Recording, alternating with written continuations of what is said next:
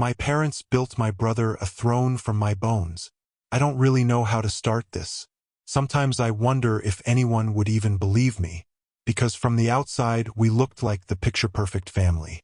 2 kids, suburban home in upstate New York, matching Christmas pajamas every year, homemade birthday cakes. But what people didn't see was the rot underneath. The decay they dressed up with smiles and holiday cards.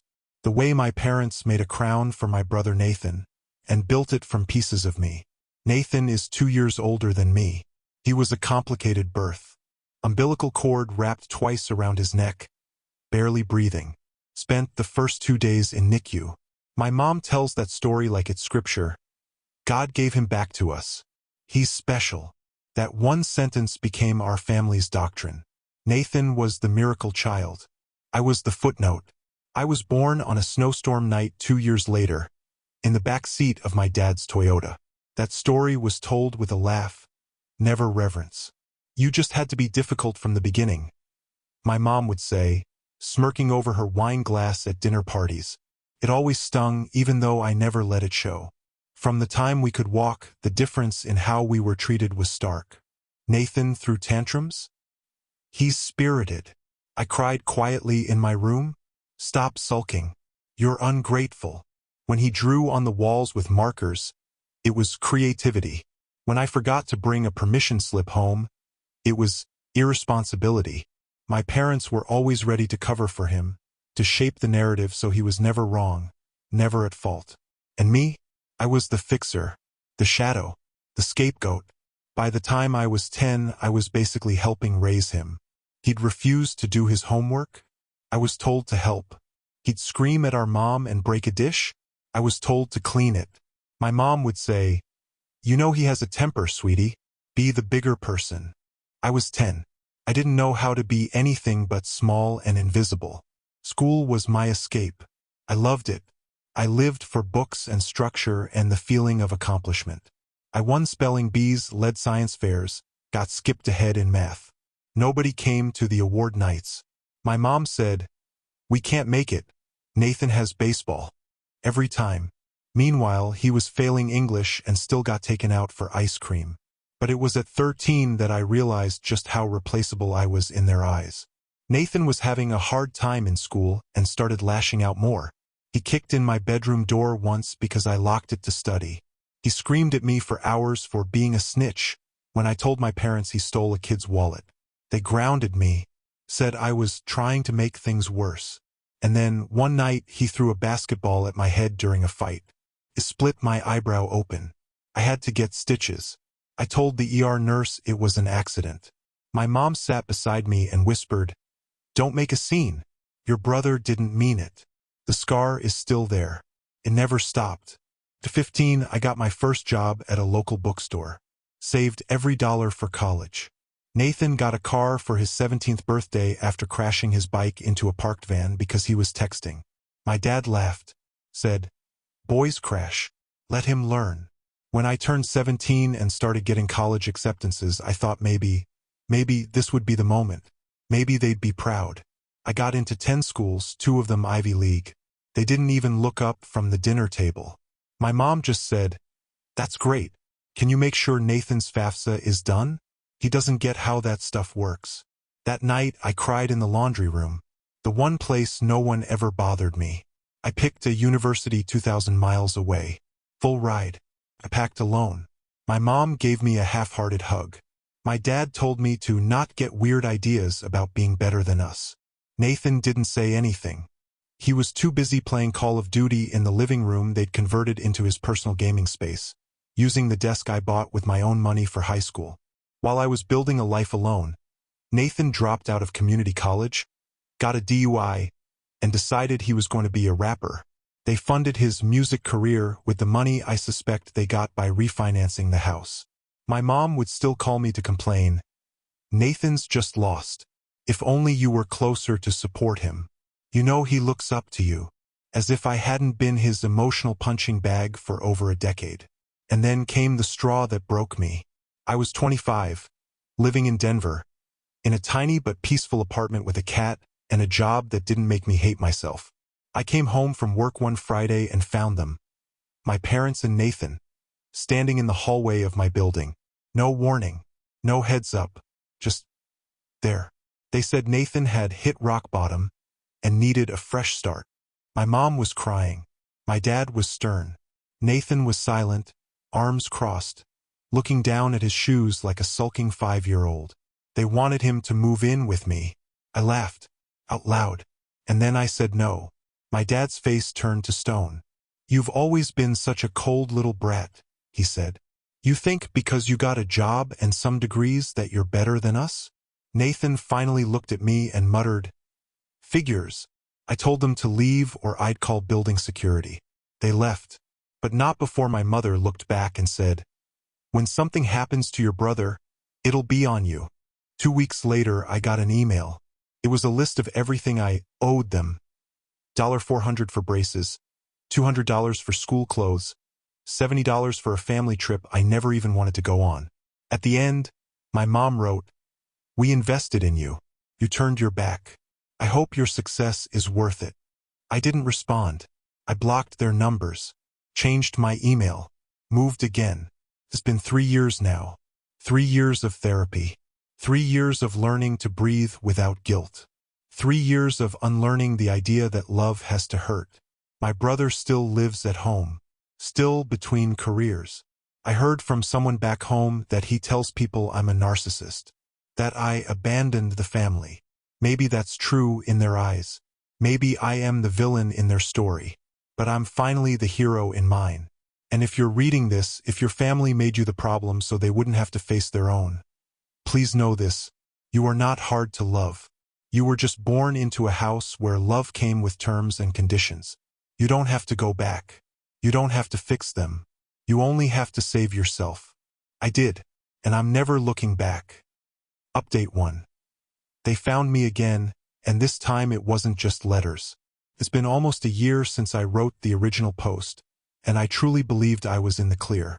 After cutting contact, burning bridges, moving cities, and even legally changing my phone number, I thought I was finally safe from their reach. I thought I had outrun the storm. But toxicity, I've learned, is clever. It morphs. It waits. It finds new cracks to seep through. It started when I got a friend request on a private Instagram I only shared with close friends. The name wasn't familiar, but something about the profile picture. It looked like a stock image of a smiling woman with a golden retriever. Set off alarm bells. I ignored it, blocked it, moved on. Then a week later, I received a package at my new apartment. No return address. Just my first name, handwritten on the box in my mother's sharp, tight cursive. Inside was a baby photo of me and Nathan, duct-taped to a card that read, "Family is forever." I threw up. No exaggeration. My stomach turned so violently I barely made it to the sink. They had found me again. And worse, they were trying to get into my head. That night, I called my therapist in a panic. She calmed me down, reminded me that no matter what manipulation they sent my way, I didn't owe them anything. Not a reply, not an explanation, not even anger.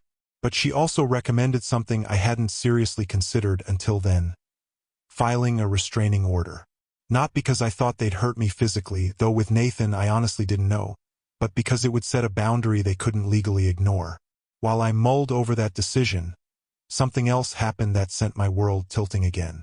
A coworker I'd recently become close with, Jenna, invited me over for wine and a movie night. We were talking about siblings, and I mentioned lightly that I hadn't spoken to mine in years. She asked for names. When I said Nathan, she froze. "Nathan R? From Syracuse?" she asked, wide-eyed. I nodded slowly. She burst into nervous laughter and said, "Holy such *T. He was in my brother's dorm. Total nightmare. He used to go off on these insane rants about his sister stealing his life. Said you conned your way into college, and your parents cut him off to fund your success." I sat there stunned. I hadn't even known he went to college, let alone that he was still telling that same tired lie. She continued, "He told people he was writing a book about your family. Said you were a textbook narcissist. I thought it was all exaggerated until now." My hands shook around my wine glass. Jenna looked horrified. I had no idea he was lying. I'm so sorry. I laughed bitterly and told her it wasn't her fault. But inside I was spiraling. Not because he was talking, but because I realized Nathan wasn't just content to smear me to our family anymore. He was planting his narrative in the world. He was playing victim to anyone who would listen. He wasn't just toxic. He was dangerous. The next day, I filed the paperwork for a cease and desist. I haven't heard back from Nathan or my parents since, but I'm not naive enough to think this is over. The worst part? I still flinch every time there's a knock at my door. I still scan the crowd when I leave my building. I still wake up at 3 a.m., heart racing, expecting to see a box or letter waiting for me. Because when your family is a nightmare you survived, peace doesn't feel like peace. It feels like the silence before another storm. But I'm learning, slowly, to hold the silence, to own it, to live in it, to know it's mine now. No more thrones built from my bones. Not ever again. Final update. The last time I'll ever be their daughter. I never imagined I'd be writing this last post. When I first shared my story, it felt like vomiting decades of pain into a void. Something for me, not really expecting anyone to read it. But your responses, your messages, your support, they helped more than I'll ever be able to say. So I think it's only fair I give you the closure I've finally found. And I mean finally, because what happened over the past few months closed the book on a life I've been trying to escape from since childhood. After I filed the cease and desist against Nathan and took steps toward legally enforcing boundaries, things were quiet for about 2 months. Too quiet. That kind of eerie silence that doesn't feel peaceful. It feels like something is lurking just out of sight. Then in April, I got a call from a lawyer representing my parents' estate. Turned out both of my parents were killed in a car crash. Drunk driver. Head-on collision at night on a country road back in Syracuse. I stood there with my phone pressed to my ear, the lawyer's voice sounding like it came from underwater. I didn't cry. I didn't say anything for a long time. Then I asked, flatly, why I was being contacted. The lawyer informed me I was listed as executor of their will. I laughed. Out loud. The irony? After all the years of abandonment, abuse, and blame, they still wanted me to clean up their mess. I told the lawyer I declined the role. I wanted nothing from them. He hesitated and then said I might want to review the documents anyway because, brace yourself, my parents had left me everything. The house, the accounts, even my mom's jewelry and heirlooms. Nathan? He was specifically disinherited. There was an entire paragraph about him being unfit, disrespectful, and a disappointment. It read like a last-minute Hail Mary to make me believe they'd seen the truth before the end. I didn't believe it. That wasn't guilt. That was strategy. It was one final manipulation from the grave, a bribe in the form of an apology too late to cash. Still, I did go back. Not to mourn them, but to stand in that old house one last time. It was exactly how I remembered it. Cold. Too quiet. The living room still had Nathan's old posters. My old bedroom had been turned into a storage closet. I stood in that house, surrounded by decades of memories, and I felt nothing. That nothing was powerful. Nathan showed up while I was there. He stormed up the porch with this look on his face like I had personally stolen everything from him. He screamed, said I was a monster, said our parents finally saw me for who I was. A gold-digging, cold-blooded B****. I didn't say a word. I let him shout, and then I handed him a single envelope. Inside it, a printout of the will, and a check. A large one, more than he deserved. But I wanted him to have it, not as forgiveness but as closure. My closure. I don't want anything from you ever again, I said. This is the last time we ever speak. He sputtered, cursed, cried. But I walked back inside, closed the door, locked it. That night, I burned every letter my mother ever sent me. Every childhood picture. Every handmade Christmas ornament with my name on it. I watched it turn to ash in the backyard of the house where I was told, over and over, that I was never enough. Now, I live in a different state, different name even. I changed it legally, started a nonprofit for kids aging out of abusive foster homes. It's still small, but it's mine. I tell my story now, not just to strangers on Reddit, but to kids like me. Kids who were born into homes where love was performance and pain was routine. I tell them, you can leave. You can become someone else. You don't owe your past a damn thing. And I believe it, because I am no longer their daughter.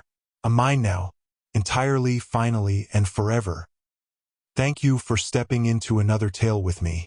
Every story unlocks a different world, and I'm glad you were here for the journey.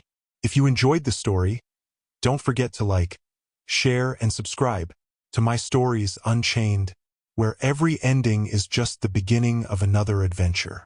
Until next time, keep your mind open and your heart ready for the next story, Unchained.